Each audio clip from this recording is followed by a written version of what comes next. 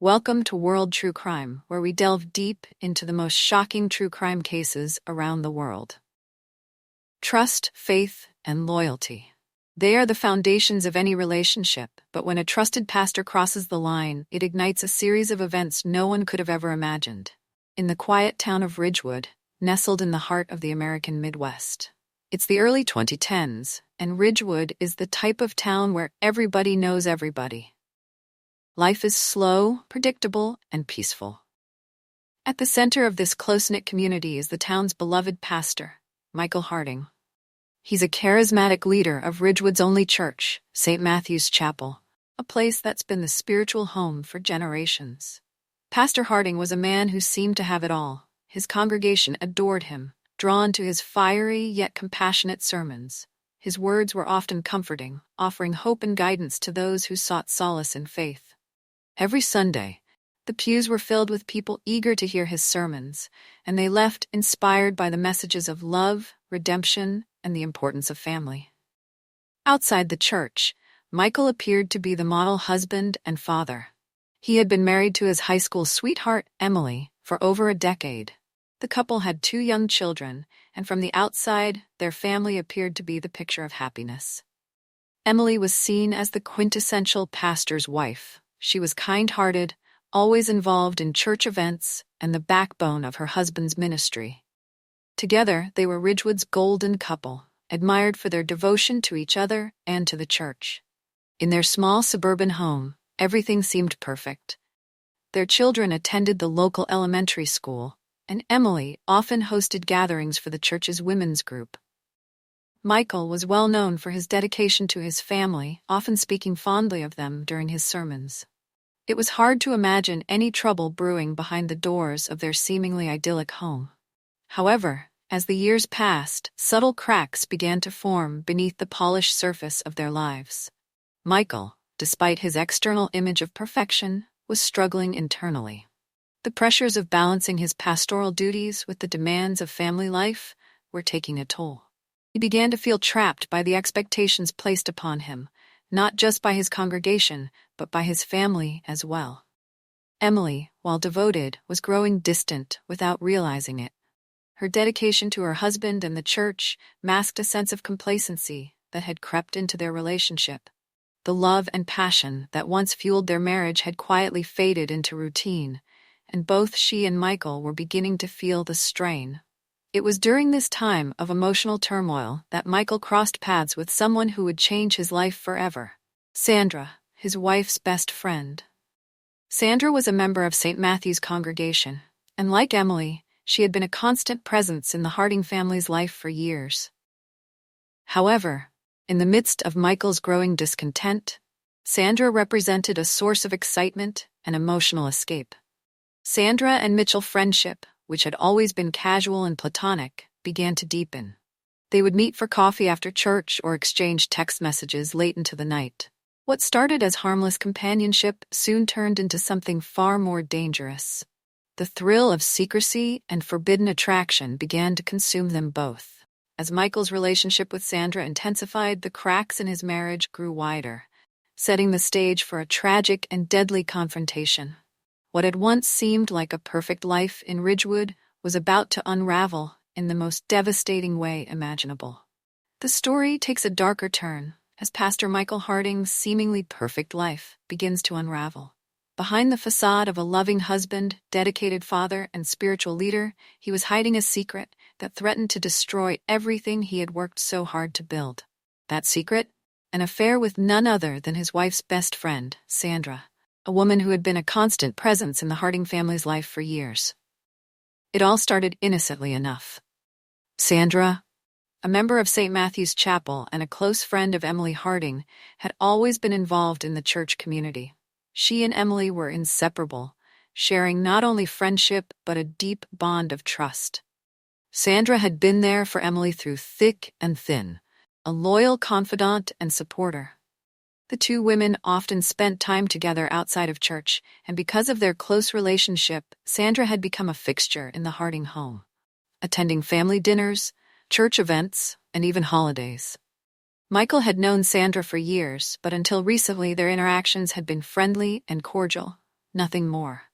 However, as Michael's personal life became increasingly strained, his relationship with Sandra began to shift. The pressures of leading a congregation, combined with the growing distance between him and his wife, created a void in Michael's life. Emily, once his greatest supporter, had grown distant as she juggled motherhood and her own responsibilities in the church. Their marriage, while still intact on the surface, lacked the intimacy and connection it once had. It was in this emotional vacuum that Michael found himself drawn to Sandra.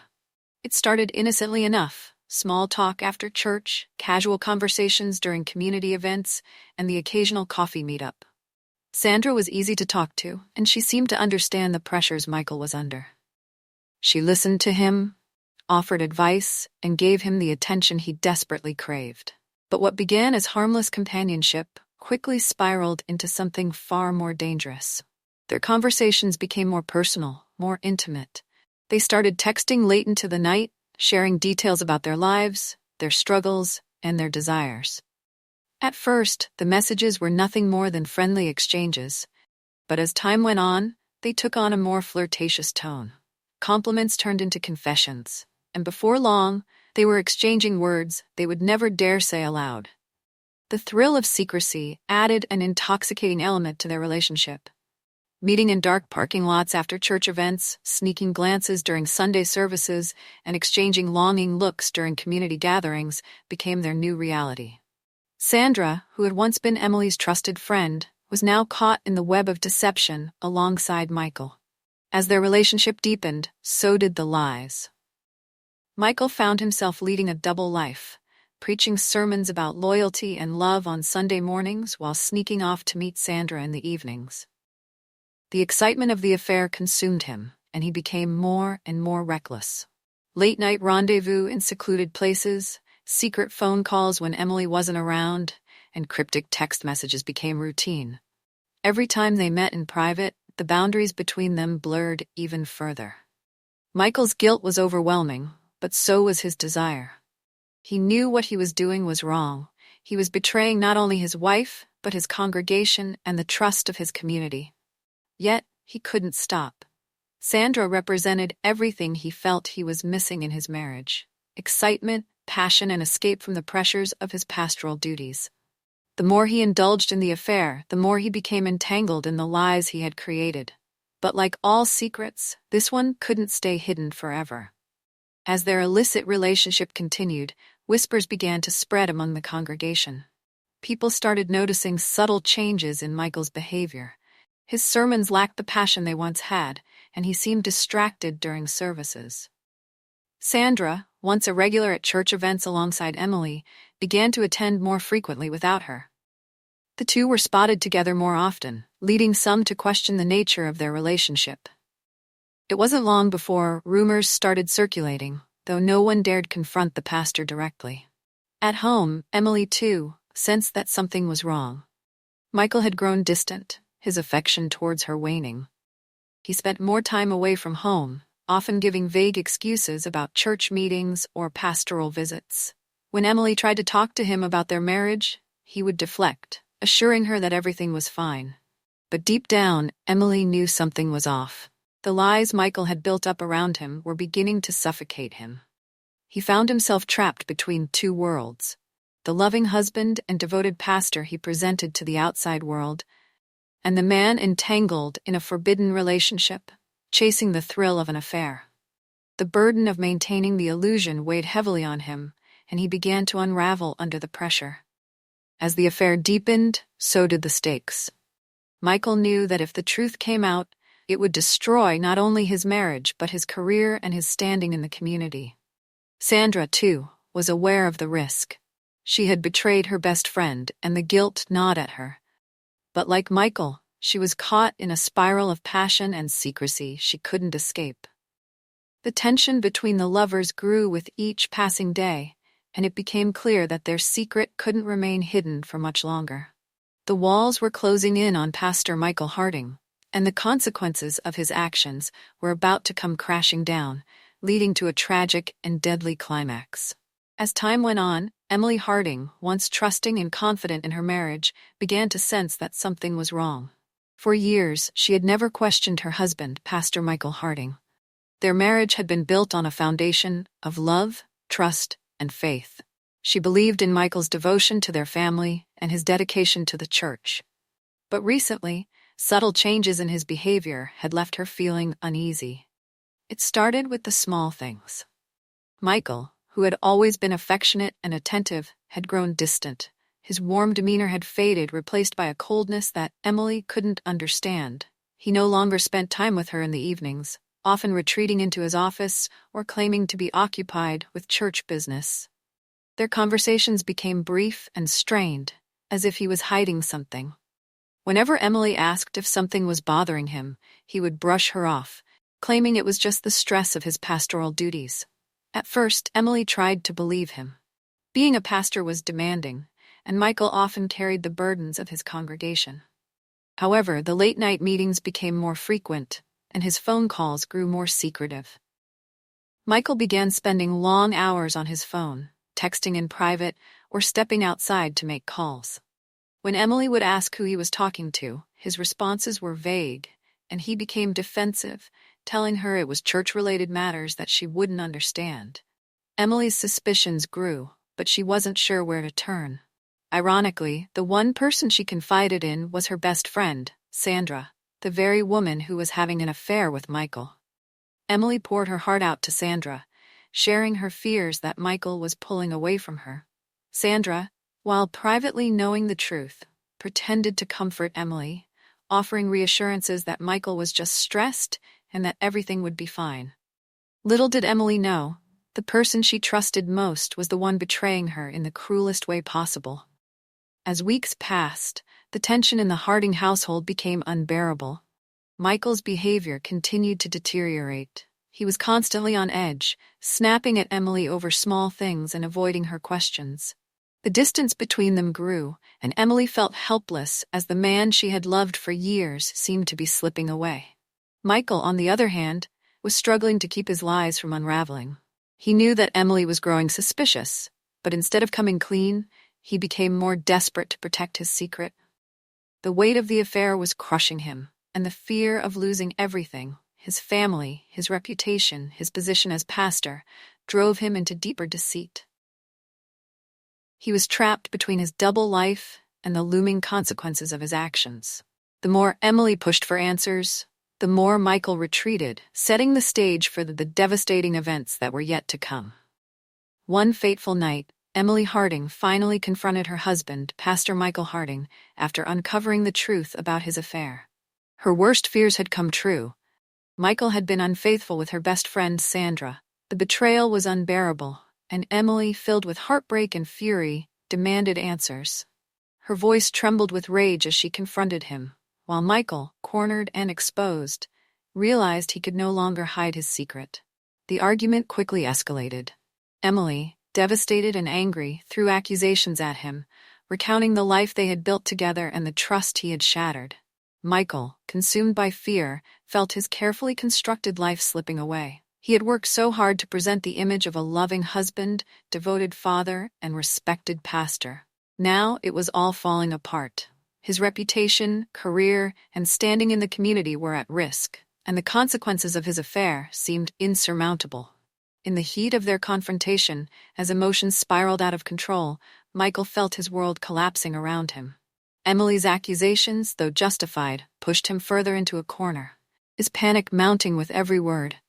As she demanded answers, her heartbreak fueling her anger, Michael's fear of losing everything, his reputation, his career, and the life he had built, overwhelmed him. Blinded by desperation, Michael snapped. In a moment of pure rage and fear, he lashed out physically. What had begun as a verbal argument turned violent when Michael grabbed Emily. As she tried to defend herself, the struggle escalated. In his fury, Michael struck her, the force of his attack leaving her stunned. Emily, dazed and terrified, tried to break free, but Michael, consumed by his need to silence her, didn't stop.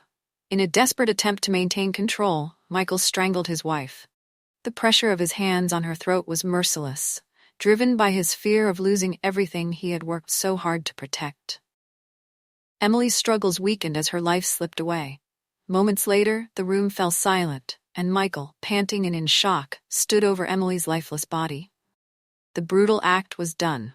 In a single, irreversible moment of violence, Michael had not only ended his wife's life, but destroyed his own as well. With his wife's death, Michael's world crumbled completely. His once admired life was now in ruins, and there was no escaping the consequences of his actions. He had not only destroyed his marriage, but also committed an unforgivable crime that would leave his community and family in shock. The man who had once been the spiritual leader of Ridgewood now faced a future defined by his violent betrayal and the devastating consequences that followed. After realizing what he had done, Pastor Michael Harding was overcome with panic. His mind raced as he stood over his wife's lifeless body. He couldn't believe what had happened, and now his sole focus was on covering up the crime. Driven by desperation and fear of being exposed, he began plotting how to hide Emily's body. First, Michael hurriedly cleaned up the immediate scene, wiping away any signs of a struggle. He knew time was against him, but his mind was still racing, torn between guilt and self-preservation. He wrapped Emily's body in a large bedsheet, trying to keep the situation under control, as if concealing the horror would somehow erase it. With the house dark and quiet, Michael dragged Emily's body to their car, praying no neighbors would notice the commotion. He loaded her into the trunk, his heart pounding as he tried to figure out his next move.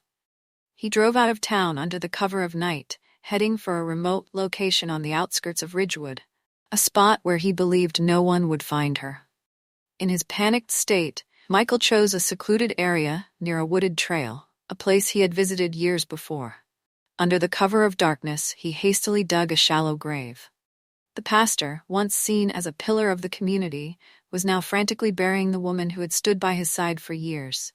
With trembling hands, he placed Emily's body in the makeshift grave, covering it with dirt and debris in a final, desperate attempt to hide the evidence of his crime. Exhausted, dirty, and terrified, Michael returned home, believing he had concealed his darkest secret. But deep down, he knew it was only a matter of time before the truth would catch up to him. In the days following Emily's murder, Pastor Michael Harding undertook a carefully orchestrated effort to cover up his crime and maintain his public facade. Faced with the daunting task of hiding the truth from the community, relatives, and even his own children, Michael devised a plan to avoid suspicion and keep his actions concealed. Michael's first step was to present himself as a grieving husband. He publicly mourned Emily's disappearance, portraying himself as deeply distraught. At the church, he made tearful announcements about Emily's sudden absence, attributing it to a personal crisis or illness that he preferred not to discuss in detail. He was careful to appear overwhelmed by grief, ensuring his emotions seemed genuine to those around him. When Emily was reported missing, Michael cooperated with local authorities, providing a plausible story. He claimed that Emily had disappeared without warning, possibly due to a personal issue or a temporary escape from the stresses of their life. Michael insisted that he had no idea where she could be, and that he was just as concerned and bewildered as everyone else. To support his claims, Michael pointed out that Emily had been in a fragile state of mind, attributing her disappearance to her emotional struggles. He shared with investigators that she had been upset recently, which might explain her sudden departure. His cooperation appeared sincere, but it was meticulously calculated to avoid raising suspicions. Michael was particularly careful with his children, ensuring they remained shielded from the harsh reality of their mother's fate. He told them that Emily was away on a trip for personal reasons, emphasizing that she would return soon. To avoid raising questions, he created distractions and kept their routines as normal as possible. He reassured them with false promises of her imminent return, using their innocence to his advantage. Michael took advantage of his role in the community to control public perception. As the search for Emily continued, he appeared publicly at church functions and community gatherings, maintaining a somber but composed demeanor. He used his influence to keep the focus on the positive aspects of Emily's life and the impact of her disappearance, subtly discouraging any deeper inquiries into the circumstances of her absence. From the outset, investigators noted inconsistencies in Michael's account of Emily's disappearance. Though he claimed to be bewildered and distraught, certain details about the timing and circumstances of her disappearance didn't add up. For instance, his explanations for Emily's sudden absence were vague and lacked specificity. Discrepancies in his statements and his inability to provide a clear timeline raised red flags for investigators. As the investigation progressed, authorities interviewed family members, friends, and neighbors. Some witnesses reported seeing Michael behaving unusually or noted discrepancies in his statements about Emily's last known activities. Additionally, surveillance footage from nearby cameras showed Michael's car traveling to the remote area where Emily's body was eventually found. Although the footage didn't capture the crime itself, it placed him at the scene. Forensic analysis played a crucial role in uncovering the truth. When Emily's body was discovered, forensic experts conducted a thorough examination of the remains and the crime scene. They found evidence consistent with the violent manner of her death, such as injuries from strangulation. The forensic team also discovered traces of Michael's DNA at the burial site, linking him directly to the crime scene. Investigators examined Michael's cell phone records and digital communications. They discovered a series of incriminating text messages between Michael and Sandra, the mistress, revealing the affair and their secret meetings. These messages, coupled with GPS data from Michael's phone, provided a clear timeline of his movements on the night of Emily's murder. The phone records showed activity around the time of the crime and corroborated witness reports of his suspicious behavior. In many cases, the pressure of the investigation and the mounting evidence eventually led suspects to confess. In this scenario, investigators might have employed various interrogation techniques to elicit a confession from Michael. Confronted with overwhelming evidence and inconsistencies in his story, Michael's emotional state and fear of impending consequences could have pushed him to confess. Ultimately, a combination of forensic evidence, witness testimonies, and inconsistencies in Michael's accounts led investigators to the truth. The careful and thorough investigation uncovered the details of the crime, revealing the brutal reality behind Emily's disappearance and confirming Michael Harding's role in the murder. The news of Michael's arrest and the true nature of Emily's death sent shockwaves through Ridgewood. The pastor, once a respected figure and a pillar of the community, was now exposed as a murderer. Congregation members, friends, and neighbors struggled to reconcile the image of the compassionate leader they had known with the brutal reality of his crime. The sense of betrayal was profound, leaving many questioning their faith and the integrity of those in positions of trust. Michael's trial became a highly publicized event, with media coverage focusing on the shocking details of the case. The prosecution presented a compelling case, highlighting the forensic evidence, witness testimonies, and Michael's own incriminating actions. Michael's defense attempted to argue mitigating factors, such as emotional distress and the influence of his affair, but the evidence against him was overwhelming.